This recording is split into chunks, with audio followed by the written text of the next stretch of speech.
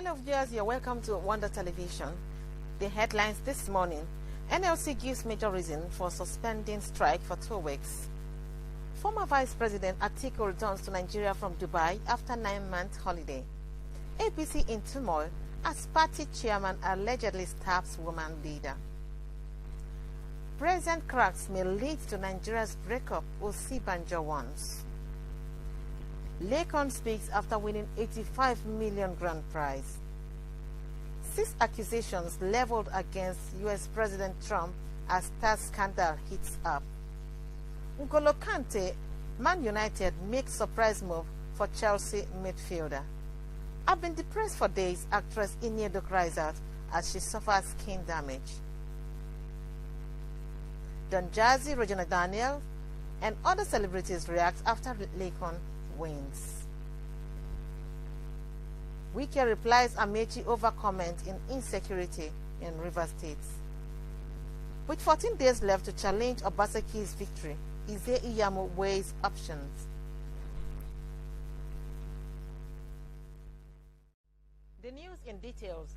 NLC gives major reason for suspending strike for 2 weeks. Organized labor has suspended its planned nationwide industrial action for 2 weeks over the recent hike in electricity tariff and fuel pump price in the country. Senator Chris Ngige, Minister of Labor and Employment, said this while reading a joint communique on the resolution of the trade dispute between the federal government and the organized labor on Monday in Abuja. News Agency of Nigeria, NAN, reports that the Nigeria Labour Congress (NLC) and the Trade Union Congress (TUC) had threatened to embark on industrial action over the federal government's refusal to reverse the hike in electricity tariff and fuel pump price on Monday, September 28. NANS recalls that the removal of the subsidy had led to increase in electricity tariff from about 30.23 to about 62.33 per litre, while the price of petrol was increased from about 145 to about 161 per litre. Ngige said the resolution reached with the organized labor was an outcome of a fruitful deliberation.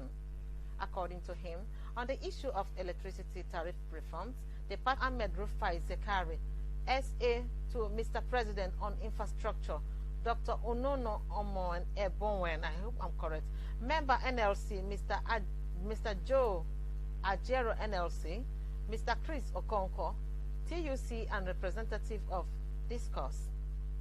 The minister said the committee should also look at the different electricity distribution company, Discourse, and their different electricity tariff, visa, order, and mandate.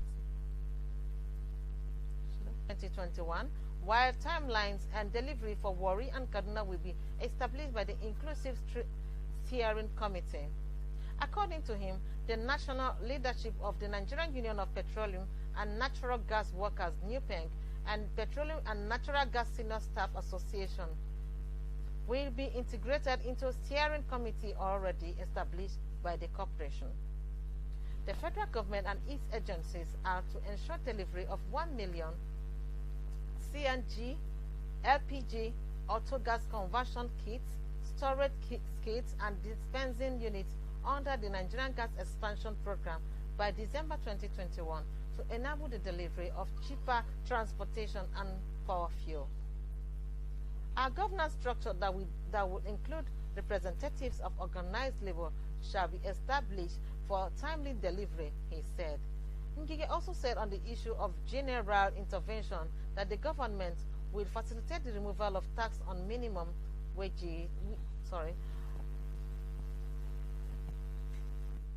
Ngige also said on the issue of general intervention that the government will facilitate the removal of tax on minimum wage and as a way of cushioning the impacts of the policy on the lowest vulnerable.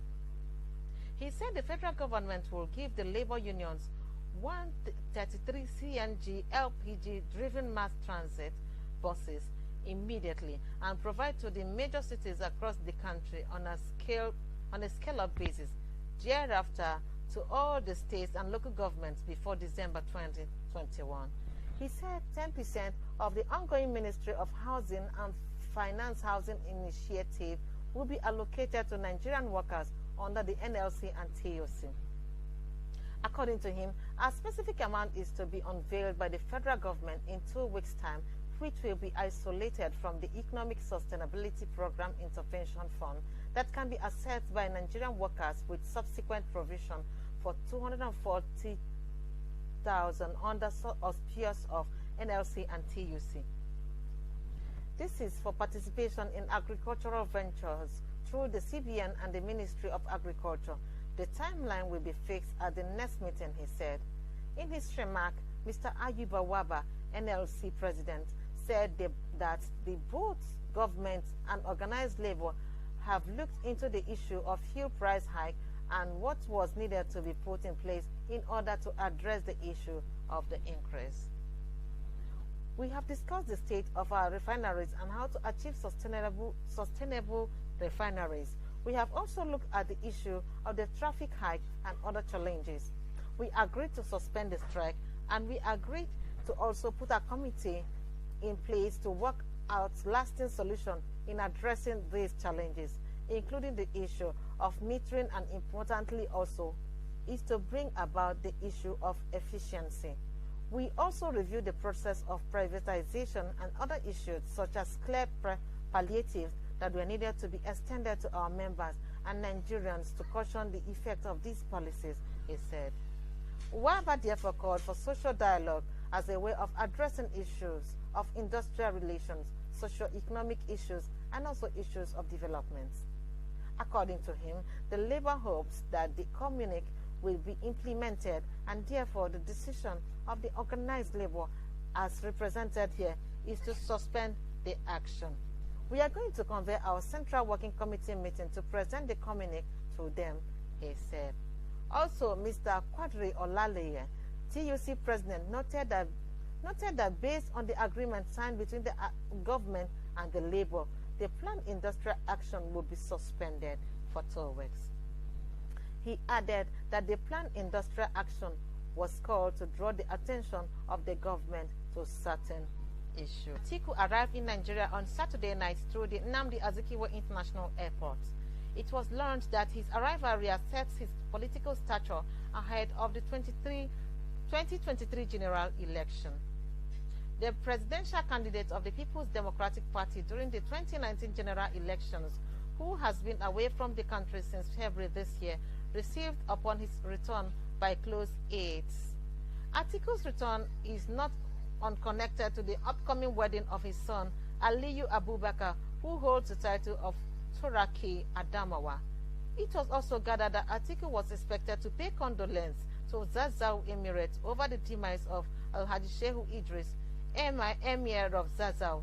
He will also visit the Lamido Adamawa, Mr. Bakindo Mustafa, over the death of late Khadijat Mustafa, as stepmother to the Emir and mother to Atiku's wife, Hajia Rukaya Atiku. But more importantly, the Wazirin Adamawa may have been back into the country to reassert his political stature, waning as a result of his long stay overseas. APC chairman allegedly stabs woman leader in Oyo. The chairman of the All Progressive Congress APC in Ogumosho South local government area of the Oyo State, Mr. Kamodin Abisoye, has allegedly stabbed the woman leader of the party, Mrs. Felicia Ogunleke. Daily Post gathered that Abisoye allegedly stabbed the woman leader of his party this morning. It was learned that the party chairman stabbed Ogunleke with broken bottles, the duo of which was gathered belonged to different factions of APC in the state. Daily Post gathered that the misunderstanding between the duo of Abisoye and Ogunleke started due to a misunderstanding on how to distribute some items given to the party chieftains by a politician in the state. Abisoye, when asked for his response, said he was not ready to speak to journalists. He noted that he cannot talk because he was in a meeting. He immediately noted that he was in a meeting shortly after our correspondent introduced himself as a journalist. He said, "Please excuse me, I'm in a meeting, Public Relations Officer of the State Police Command, Mr. Olugbenga Fadeyi, when contacted, said he has not been briefed about the incident. Fadeyi, in a telephone conversation with Daily Post, said, "You know it just happened this morning. I will get the details later." Present cracks may lead to Nigerians breakup, Osibanjo warns. Fortunately for us, our walls are not yet broken, but there are apparent cracks that could lead to a break if not adequately addressed. Vice President Yemi Osibanjo has said Nigeria may break up if efforts are not made to address the cracks.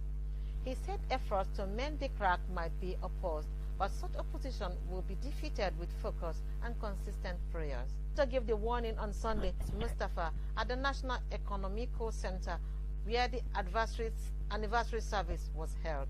In attendance were representatives of the Senate President Ahmed Lawan, Speaker of the House of Representatives, Femi Gbajabiamila, Head of the Service of the Federation, Folashade Yemin Eshan, Permanent Secretaries, military officials, members of the diplomatic community, and other senior government officials. Referencing the biblical story of how Nehemiah championed the rebuilding of the broken walls of Jerusalem, Osibanjo said, "The story should be a challenge to every Christian in Nigeria. It's only that kind of Nehemiah's love that will make us and Nigerians to rebuild the cracks we have in our walls today. For us, our challenges of nation building, of the need to rebuild Nigeria, must also be..." Winner of Big Brother Naija Lockdown Edition, Lekon, has thanked Nigerians and his family for voting him in the reality show. Lekon emerged the winner of the show after pulling the highest votes this season. He was announced as the winner at the grand finale anchored by show host Ebuka Obi Uchendo on Sunday. He defeated Dorothy V, Neo, and Nengi, who were finalists in the show. Speaking on his victory, Lekon in a video said, "Thank you to my fans, my family, and everyone that voted me. I love you guys so much. I will never take this for granted." 6 accusations leveled against U.S. President Trump as tax scandal heats up. The New York Times on Sunday published a major report in U.S. President Donald Trump's federal income tax affairs weeks ahead of the November 3 election, when he hopes to win a second term. Here are some of the allegations made by the paper, which said it had viewed tax data dating back 20 years.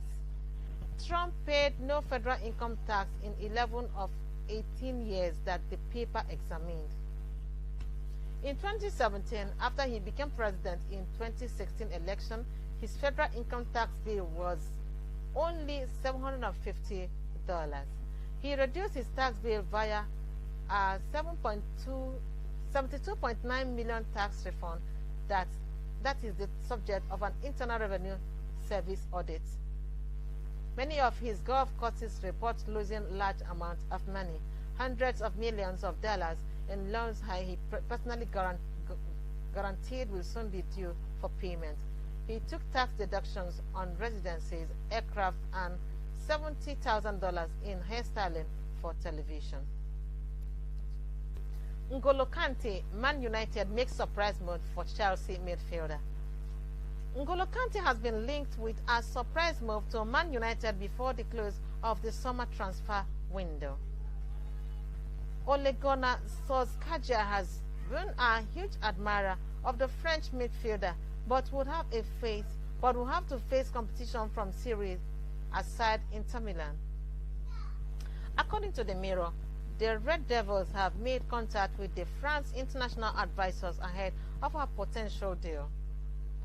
And it is understood that Frank Lampard will let go of the 29-year-old if the right offers are made. On the other hand, reports claim United will only sign the World Cup winner if he is ready to accept a pay cut from his $300,000 per week wages. Reports also stated that the West London club would sell the former Leicester City star to United for nothing less than €55 million.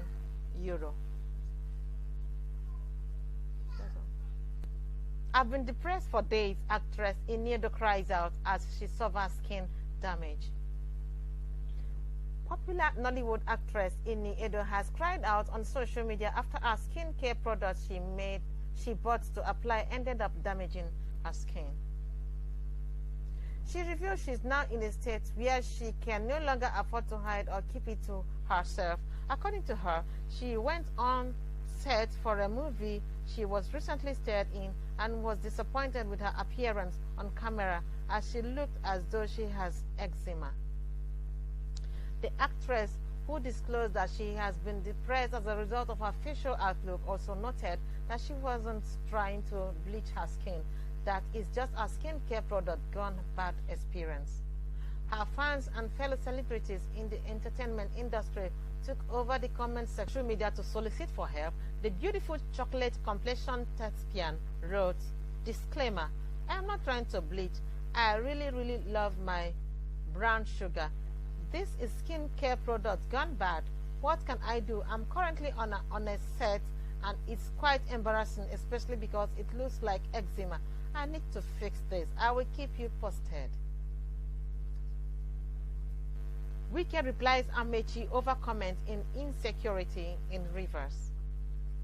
Rivers State Governor Nyesom Wike has slammed the Minister of Transportation Rotimi Amechi over his comments on the security situations in the state. Speaking at the burial of a former Justice of the Supreme Court, Adolphus Kabri White, in the Aboneme area of the state, Wike, who was represented by his Chief of Staff, Chief Emeka Woke, accused his predecessor of falsehood and propaganda. Earlier, Amechi had said the rising insecurity and political intimidation in the state is worrisome, adding that the Rivers State government is responsible for the current development in the state. The minister added that the state was back to the time of Ateke Tom, a former militant leader who caused fear and panic among Rivers residents. "You have lost your voice. The sage, the late justice, has gone under, and the late justice has gone under, and nobody is speaking. When I was governor, I gave people voices, but they have blocked those voices. Everyone is scared. We are going back to when Ateke held sway. We are going back to the period where we run away from our people. We are back to a period when nobody could speak. But from next year, I will begin to speak if nobody wants to speak," Amechi said. Reacting to Amechi's comments, Governor Wike said his predecessor is not in tune with developments in the state, adding that the security situation in the state had improved greatly since the launching of Operation Sting. Wike said it is unfortunate for Amechi to come to Kalabiri land and accuse former President Goodluck Jonathan of not developing the area 6 years after he had left office. "I wonder why former governor would choose to make such embarrassing remarks at the funeral of late Justice Karibi White, a man he, Amechi, claimed to be his mentor." With 14 days left to challenge Obaseki's victory, Izie Iyamu weighs options. The candidate of the All Progressive Congress in the recently conducted Edo State governorship election, Pastor Osage Izie Iyamu, and the other candidates that lost in the election have continued to weigh their options as they have 14 days left to challenge the victory of Governor Godwin Obaseki at the poll, according to Section 285 of the Constitution as amended this day has learned. The election was a straight fight between Obaseki and Izie Iyamu, who was defeated by the Edo State governor on the platform of the People's Democratic Party, PDP. The election was adjourned to be free and fair by the APC and President Muhammadu Buhari. Both the APC and Buhari have since congratulated Obaseki, but the party's candidate, Izie Iyamu, has insisted that he was here to decide on the next line of action. Relying on a dependable party source, this day had reported that leadership of APC was mounting pressure on his candidate to accept his defeat by Obaseki. Izie Iyamu had last Wednesday in Abuja met with the chairman of the APC, Caretaker Extraordinary National Convention Planning Committee, Governor Maimala Buni of Yobe State, and his Kogi counterpart, Alhaji Yahaya Bello. This day gathered at this closed-door meeting with Ize Iyamu took place at the Abuja residence of Buni. The APC governorship candidate has since denied being under pressure from party leaders to accept defeat. This day gathered that since he has not up the September 19 election, he has 14 days left to challenge Obaseki's victory at the Election Petition Tribunal out of the 21 days provided by law. The law provides that the contestants have 21 days to challenge the results from the day of the announcement of the winner, which is September 20. According to a senior lawyer, Mr. Ahmed Rajisan, any contestant in a governorship election who has grievances or complaints about the conduct of the election can seek redress at the State Governorship Election Petition Tribunal. The senior lawyer told this day that the contestant must file his or her complaints or petition within 21 days from the day the election umpire announced the result of the poll or declared a particular candidate winner of the election. Section 285 verse 5 of the 1999 Constitution as amended provides that an aggrieved party in a governorship election of a state in Nigeria must file his or her complaints at the State Governorship Election Petition Tribunal inaugurated to hear such matters not later than 21 days from the announcement of the result of the governorship poll by INEC. In the event of failure to file petition within 21 days after results were announced, the petition will be said to have been statute-barred. That is, it is forbidden by law. Death has no benefit to the petitioner or at best a mere academic exercise. Raj dumps APC, returns to PDP. A former governor of Delta State, Dr. Emmanuel Uduaghan, has dumped all Progressive Congress (APC) and have returned to his former party, People's Democratic Party (PDP). Uduaghan has left the PDP and defected to APC in 2019 after falling out with his successor, Senator Ifeanyi Okowa. The former governor will lead thousands of his supporters to PDP at his unit in Ward 6, Abibodoro, Warri, North local government area of the state on Monday by 12 noon. Politics Niger understand that the ex-governor had finalized plans to return to the PDP after a meeting with Governor Okowa and Chief James Ibori recently. He had joined the APC to contest the Delta South senatorial seat in 2019. Though Uduaghan had neither confirmed nor denied his return to the party, some of his loyalists, including Hon Godwin Abigor, a former Delta State Assembly lawmaker, last weekend defected to PDP. Buhari's Director of Finance, Bashir, leaves presidential villa. Buhari's Director of Finance, Bashir, leaves presidential villa. Bashir Akali, the former Director of Finance and Accounts, has left the presidential villa Abuja after a 5-year stint in the seat of power.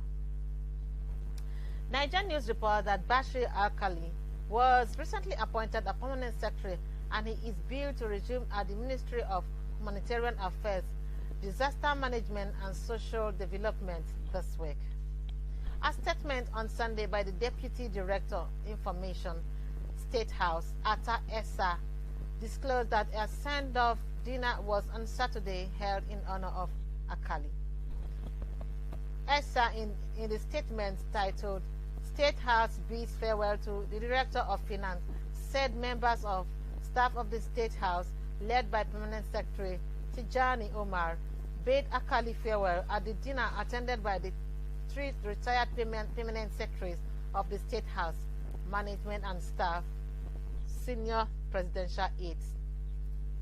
He said 57-year-old Kano-born chartered accountant was posted to the State House in August 2015 as DFA and was on that schedule until August 2020 when he was appointed as a permanent secretary.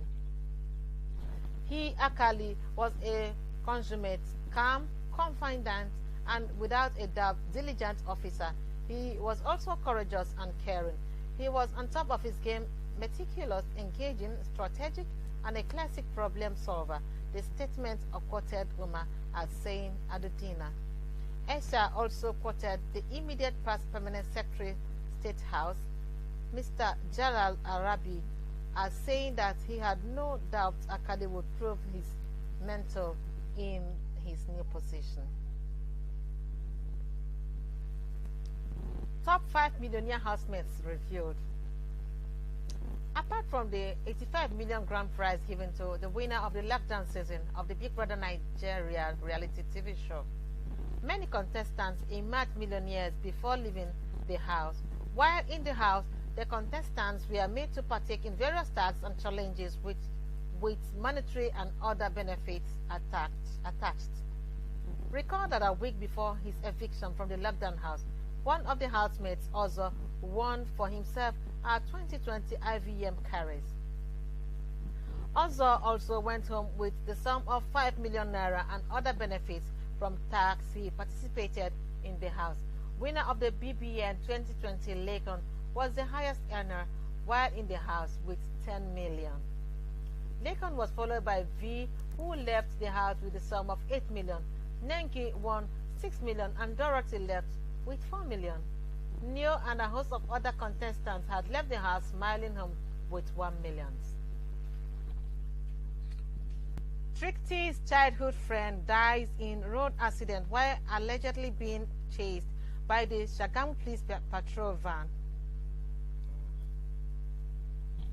Richard Vetkos Dayan, a longtime friend of BB Niger star Tricky, has died in a car crash while allegedly being chased by a police patrol van in Shagamu.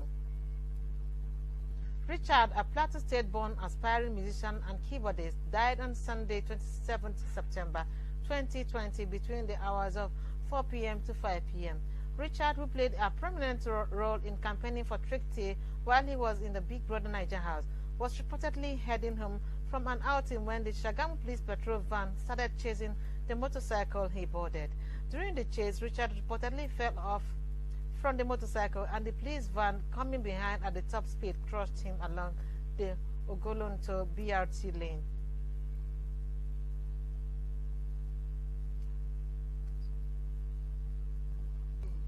Enugu Police Station burns, many fear dead as IPOB exonerates members. New Haven Police Station in the Enugu State Metropolis has been attacked by unknown people.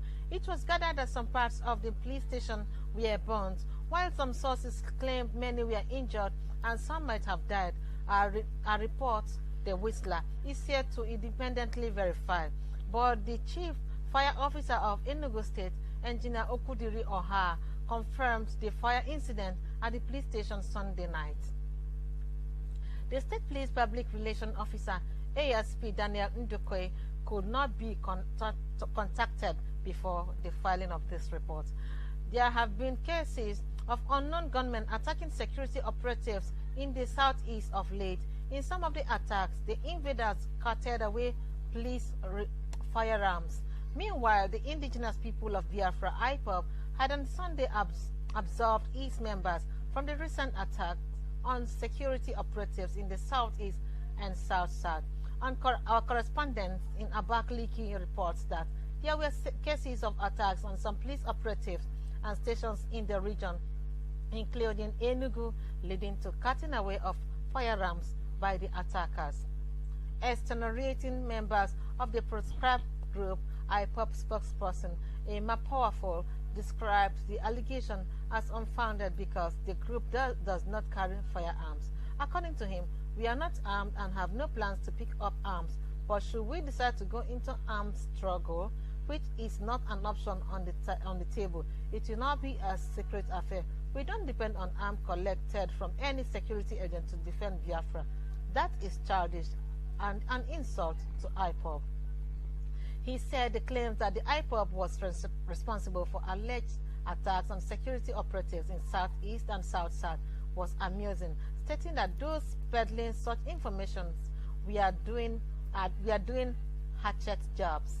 According to him, we knew when they were recruited to launch verbal attacks against IPOB and its leaders, Mazi Nnamdi Kanu. But we want to inform them that IPOB is properly rooted and cannot be moved by false allegations and propaganda. These irritants have sustained their unwarranted attacks on IPOB through fabricated and blatant lies and cheap propaganda to impress their paymasters. Assuming but not condescending to the blatant falsehood, how can an armed man attack a fully armed security agent and escape unhurt? Doesn't it sound funny? What a shameful allegation. We know their aim to discredit IPOB before the international community, which is now interested in the matters we have raised concerning the atrocities perpetrated in Nigeria. Ordinarily, we wouldn't have bothered to dignify these detractors with our response, as we have since known their stock in trade. But for the sake of the gullible ones and some innocent minds, there is no author of truth in this fictitious claim. IPOB is not responsible for any attack against any security agent. He further cautioned people behind such allegations to desist from such, explaining that frivolous and concocted allegations to blackmail IPOB can no longer stand. The world now knows better. IPOB's non-violent ideology about the Biafra project is well known and cannot change, but the inalienable right of the oppressed to defend himself against the oppressor is not illegitimate. All we need is Biafra, our own country, which has been in existence before Britain created Nigeria and unequally lumped us together with these murderous Fulani that value cars above human life. Marriage isn't by force. We are tired of this bondage and want a referendum to determine our fate. Simple. INEC begins migration to electronic voting. The Independent National Electoral Commission, INEC, has commenced replacing manual voting with automated voting system. INEC National Chairman Yakubu Mahmoud disclosed this on Monday.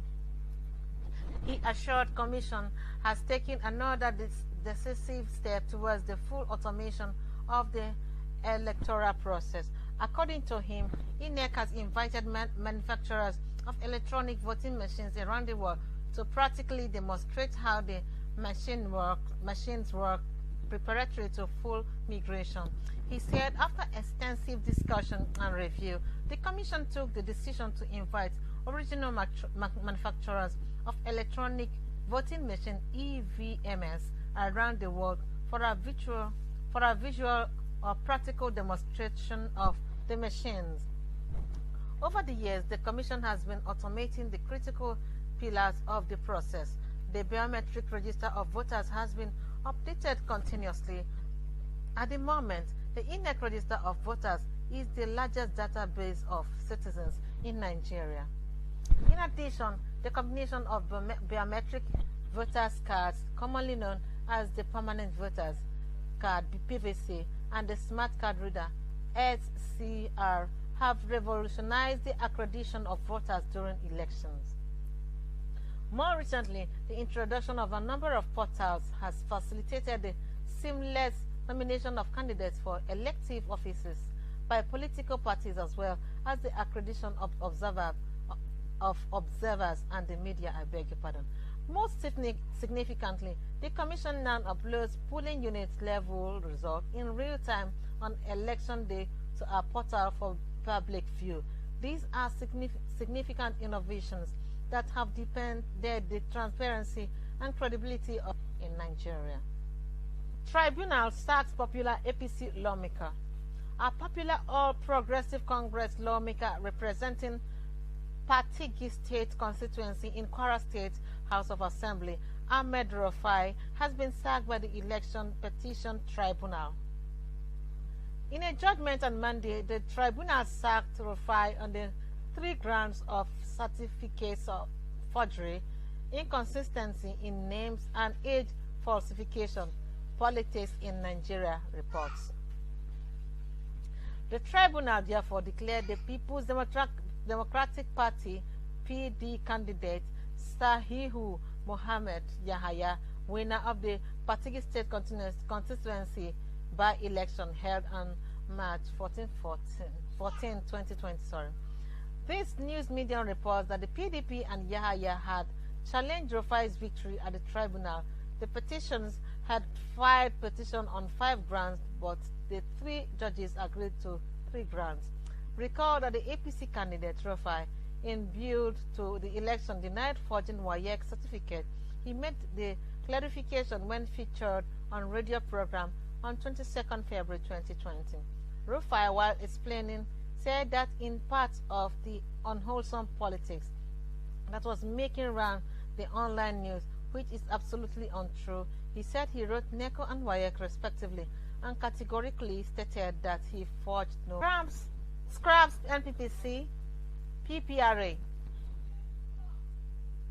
President Muhammadu Buhari has transmitted the much-awaited Petroleum Industry Bill, PIB, 2020 to the National Assembly and has proposed the creation of the Nigerian National Petroleum Company Limited. The bill also proposed the scrapping of the Nigerian National Petroleum Corporation, NNPC, and the Petroleum Products Pricing Regulatory Agency, PPPRA.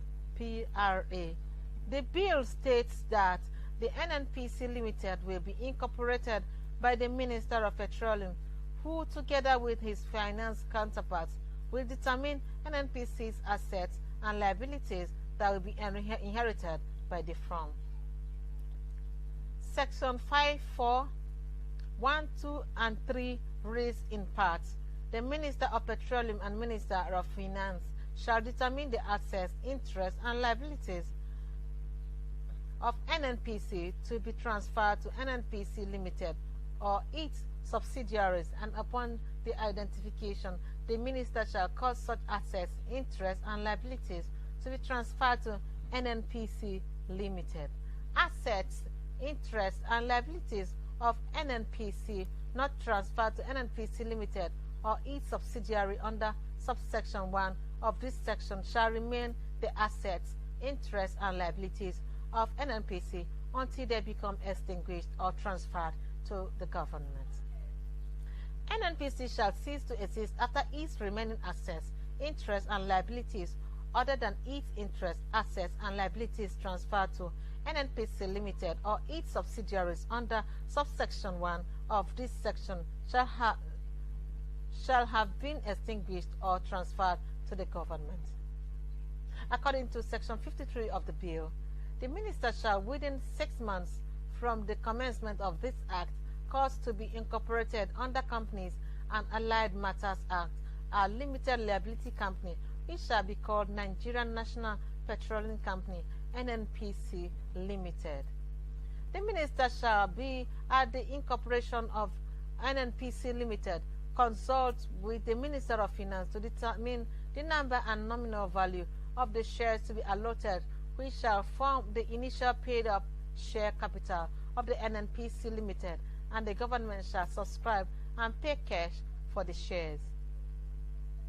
Ownership of all shares in NNPC Limited shall be vested in the government at the incorporation and held by the Minister of Finance Incorporated on behalf of the government. The bill also proposes the establishment of an agency known as Nigerian Upstream Regulatory Commission, which will be responsible for the technical and commercial regulation of upstream petroleum operations. Section 4 of the bill states in part, there is established the Nigerian Upstream Regulatory Commission, the commission which shall be a body corporate with perpetual succession and a common sale. The commission shall have the power to acquire, hold, and dispose of property, sue and unsue in its own time. The commission shall be responsible for the technical and commercial regulation of upstream petroleum operations. The proposal law also recommends the creation of the Nigerian Midstream and Downstream Petroleum Regulatory authority known as the authority. Section 29 of the bill states in part, there is the establishment, the Nigerian mainstream and downstream petroleum regulatory authority, which is a body corporate with perpetual succession and a common sale. The authority shall be responsible for the technical and commercial regulation of mainstream and downstream petroleum operations in the petroleum industry. The new bill technically scraps the PPPRA with the creation of the new agencies that will now carry out the PPPRA's functions. Efforts to reform the oil industry dates back 2 decades when the then President Olusegun Obasanjo inaugurated the Oil and Gas Reform Implementation Committee in April 2020. The committee was tasked to review and streamline all existing petroleum laws and establish an all-inclusive regulatory framework for the industry. The administration of President Umaru Yar'Adua continued the project, and the PIB was presented to the 6th National Assembly in September 2008, but the bill stalled over disagreement on the sharing of oil profits among the international oil companies, host communities, and the Federation, according to the Nigerian Extractive Industries Transparency Initiative. In July 2012, the administration of the President Goodluck Jonathan forwarded a revised version of the PIB to the 7th Assembly, but it suffered the same fate that befell it in the previous legislative cycle. It was passed by the only House of Representatives at the tail end of their term.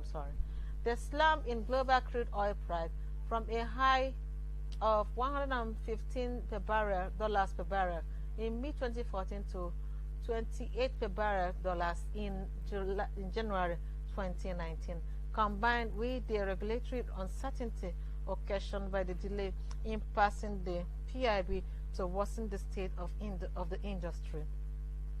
In the first term of Buhari, the 8-9 split the bill into 4 parts: the Petroleum Industry Governance Bill, Petroleum Industry Administration Bill, Petroleum Industry Fiscal Bill, and Petroleum Host Community Bill. In a bid to fast-track its passage into law, the PIGB was passed by the Senate and the House of Representatives in May 2017 and January 2018 respectively. After its passage by the NADS, the PIGB was transmitted to Buhari for assent in July 2018, but he eventually declined to sign the bill into law. According to the presidency, the provision of the PIGB permitting the Petroleum Regulatory Commission to retain as much as 10% of revenue generation is one of the reasons Buhari declined to assent to the bill. Sharif's death sentence, our visit to Kano, has saved musician.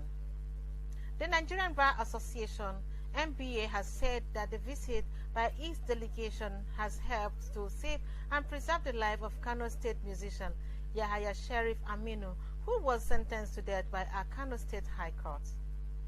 The end result of our mission was successful. NBA's first National Vice President, Mr. John Aikpokpo Martins Esquire, said. The legal practitioner spoke with our correspondent during the NBA Efron branch monthly meeting in Delta State. According to Aikpokpo Martins, the musician was denied access to lawyers. He added that the lawyers were also prevented from seeing him. That's against the constitutional provisions of the legal practice. Every person charged for a criminal offense must have to a lawyer. Since we are hearing reports that he is being denied access to lawyers, we went there to verify whether or not there was access to him by lawyers. Eventually, when we got there, we discovered really that we couldn't have access to him, and the prison officers also told us that lawyers have not had access to him since he was sentenced to death. Even at trial, he had no lawyer. That was very shameful, to say the least. But our going there puts the matter to public space and has made it a serious issue. Before we went, lawyers were also trying to get the documents and records of proceedings so that they could appeal, but they couldn't get it. But thankfully, after we went there, they had all those papers. They have appealed the judgment. While noting that is not the duty of the NBA to represent the musician in court, except there is the need to do so, Aikpepon Watson said he, musician, has lawyers who will represent him. So the reason we went actually was to see whether or not he was being denied access to lawyers, and which was proven to be true. On the long run, are getting their yielded results. We don't know whether we had access to lawyers as we speak, but at least he was able to file an appeal and his life was preserved, because if not, I think it was supposed to be 10th of September that he will be completed 30 days, and the governor of Kano State said that if there was no appeal within that 30 days, he was going to be executed. But thankfully, there was an appeal, and that was saved, and that was what saved his life. It was quite successful. He urged the press to follow up and monitor the matter to a logical conclusion. Federal High Court ordered Senator Elisha Abo to pay $50 million to a woman he assaulted in her shop. The High Court in Abuja has found Senator Elisha Abo guilty for assaulting a woman in her shop and ordered him to pay the woman $50 million. It will be recalled that months ago, the magistrate court in Zuba dismissed the case of the alleged assault against Adamawa North lawmaker Elisha Abo after a video showing him assaulting a woman, Oshimibira Wamat, on May 11, 2019 went viral. The case was dismissed on the grounds that the police failed to prove that the lawmaker assaulted Wamat. In spite of the viral video, 2 witnesses who testified against Abo and an apology from the senator admitting his wrong. Well, there is now an update on the case. According to the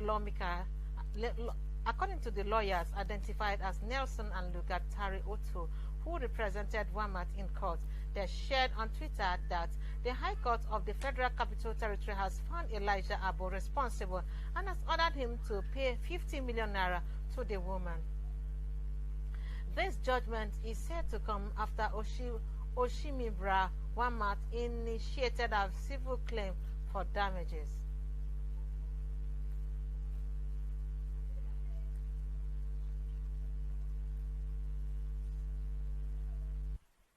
Oduduwa Republic October 1st rally divides Yoruba leaders. The leaders said the agitation for session affirms that Nigeria is long due for restructuring. Yoruba leaders across states where there are indigenous Yoruba in Nigeria are sharply divided over the appropriateness of the agitation for Oduduwa Republic. According to Vanguard, they were mainly on different pages with promoters of the self-determination plan, insisting that what the ethnic group needs is restructuring and not an independent country. Drawn from the 6 southwest states, including Kwara and Kogi states, where a sizable number of indigenous Yoruba are found, the leaders said the agitation for secession affirms that Nigeria is long due for restructuring. Professor Banji Akintoye led Yoruba World Congress, Dr. Shina Okalomo's Yoruba One Voice, and other affiliate Yoruba groups are spearheading the move, which seems to be gaining traction lately.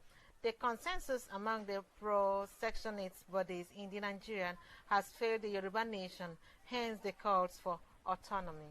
We only want Oduduwa Republic, and that is all. To everyone accusing other tribes, please stop it.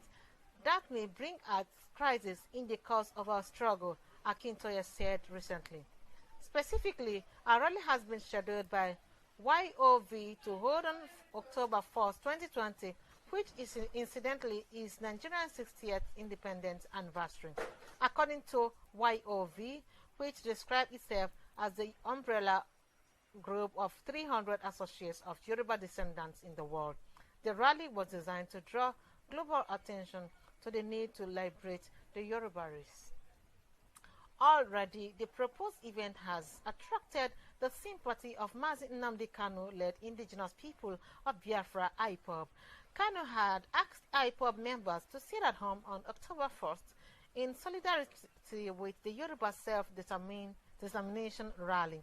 However, speaking to Vanguard on the development, Secretary General Yoruba Council of Elders, YCE, Dr. Kunle Olajide, said there is no consensus among the Yoruba on secession. His words, I have not seen any Yoruba Oba who supports self-determination. Olubadan was the only one at the Ibadan conference, and High Chief Lekan Balogun represented him. And Lekan Balogun only pleaded for unity and peace among the Yoruba. He did not preach self-determination. Akintoye believes he can achieve self-determination peacefully, but I don't know how he wants to go about it. He has yet to seek the consensus of the Yoruba nation. He must seek their consent. For example, Lagos State indigents believe they are not Oduduwa. The same thing applies to Awujale of Ijebuland, who claim their Ijebu came from Wadai. I think the best thing he needs to do is to seek consensus of the Yoruba nation, and there are quite a significant number of Yoruba leaders who believe we can still achieve a restructured Nigeria. I do not know what they mean by autonomy. What we need as a country is genuinely a restructured Nigeria. Yoruba leaders have made tremendous sacrifices for the unity of this country. We do not feel the country should disintegrate even if it is through peaceful means. We need a larger forum involving all our Obas to seek their opinion, if at all we consider it very necessary. The Yoruba are justifiably angry about the price they have paid for Nigeria and what we have faced unjustly. To the best of my knowledge, there are many Yoruba leaders who still believe this country can be rescued because of the benefits that we accrue to all parts. There is no part of the country that is happy with the state of the nation today. Even the north appears to be most unsafe in the country today. Unfortunately, the federal government has done more harm to the mutual bond that existed among Nigerians. Labour accuses federal government of squandering 1.7 trillion in 7 years on power sector. The power sector arm of Nigerians Organized Labour yesterday raised the alarm that the federal government has spent over 1.7 trillion on power sector's privatization over the last 7 years, with the distribution companies and the generating companies as the largest beneficiaries, without visible improvement in power generation. This is even as it slammed President Muhammadu Buhari for comparing Nigerians' pump price of petroleum products with Saudi Arabia and others. The General Secretary of the National Union of Electricity Employees, NUEE, Mr. Joe Ajero, at a media briefing yesterday in Lagos, said with such investment, the power generation ought to have tripled to 20,000 megawatts, but have rather remained at 4,000 megawatts it attained before privatization. He warned Nigerians never to believe the government and the investors in the sector that the increase in tariff would improve power efficiency. He said increasing tariff doesn't mean increasing or improvement in service when power generation remains constant. 7 years after, we are still on 4,000 megawatts. Despite rising population, at least they're supposed to have been adding 1,000 megawatts every year. It is unfortunate that Nigeria's government privatized at 400 billion and now spent 1.7 trillion supporting this cause and gen-cost investors who have not been able to add anything to the sector. The federal government has 40% of investment and these investors have 60%, but they are not bringing anything and are still calling shots in the sector. He said Nigerians should query the government why the sector's privatization have not been reviewed as the law permits. The takeover by the government with just $1 should the investors fail to develop the sector. He said the discos signed the contract that is dubious, hence they kept charging Nigerians for their inefficiency. For instance, 90% of transformers supplied by the discos are overloaded with no relief plan, and one of the agreements is to be changing transformers, but because they want to maximize profit, they refuse to do so. Ajero therefore said privatization policy is out to destroy the economy of the nation and to milk Nigerians, adding that since the distribution companies took over the asset, nothing meaningful has changed in terms of improving on the facilities they met on ground, like power plants and turbines. He noted that the government has spent in 7 years He noted that what the government has spent in 7 years was colossal, while it failed to put money to support the former Nigeria Electricity Power Company, stating that the government only spent 200 billion and Nigerians were better than in terms of service.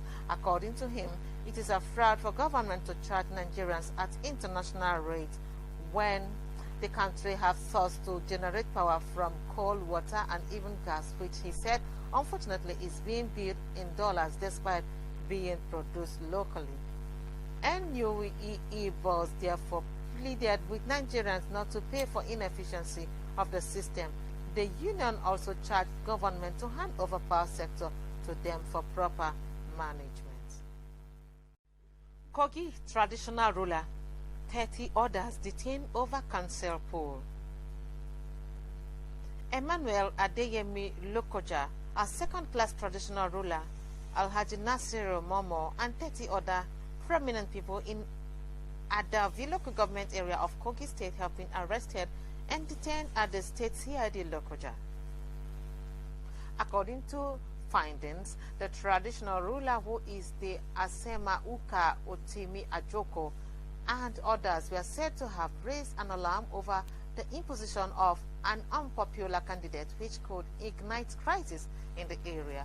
A source close to the party said some leadership of the party are not comfortable seeing the traditional ruler and some APC stalwarts supporting an all-progressive Congress chairmanship aspirant, which is said to be anointed candidate of the governor. The State Independent Electoral Commission, SIEC, has slated the council poll for December 12th. The council leader, who is the SSA Security, Mr. Omuya, is said to have ordered for their detention. The affected people were said to have been invited for a meeting by the police and have been detained since Tuesday without being charged to court. Among those arrested and detained are the immediate past chairman of the council, Alhaji Ajoge Enesi, and APC stalwart Major Abdullahi Aliyu, retired, the youth leader, and many others. Our investigation further revealed that the council poll has caused serious crisis within the ruling party, as the APC is accused of only giving forms to those who are regarded as the governor's anointed. I beg your pardon. The imposition of candidates it is learned has caused serious crisis in Dekina, Mokpamuro, Kababunu, and many other local government areas in the state. When contacted, the police public relations officer, Willie Aya, could not be reached for his reaction. But a senior police officer who craves anonymity said the detention is an order from above and that there will only be charged to court if there is further directive. Ondo election. Prophet reveals chances of Akeredolu, Agbola, Jegede, warns Edo's Ize Iyamu. The leader of Inri Evangelical Spiritual Church, Primate Elijah Ayodele, has warned the candidate of the All Progressive Congress, APC, in the last governorship election, Ize Iyamu, not to drag the Edo State Governor, Godwin Obaseki, to court. He said APC and its candidate, Ize Iyamu, shouldn't bother to drag Godwin Obaseki to court because they will lose the case. In a statement to Daily Press on Wednesday, Ayodele revealed that God also told him that victory is the forthcoming governorship election in Ondo State will be between the incumbent governor Rotimi Akeredolu and Ajayi Agbola of the Zenith Labour Party.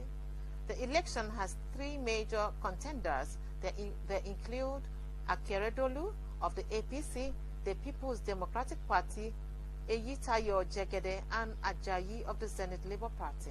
Speaking on the candidature of Jegede, Ayodele advised that the PDP candidate should not waste his money because he does not stand a good chance in the election. Agbola Ajayi will push more than Eyitayo Jegede in the coming election. Jegede has not taken the right steps. If Agbola Ajayi does the needful, he stands a chance against Rotimi Akeredolu in the election. Revolution Now protesters, security agents clash. Our photojournalist Kayode Jayeyola was injured on Thursday and 30 others were arrested after hundreds of protesters marched on Lagos Street against federal government's policies. Jayeyola was hit with a baton on the head by a police inspector attached to the mobile force.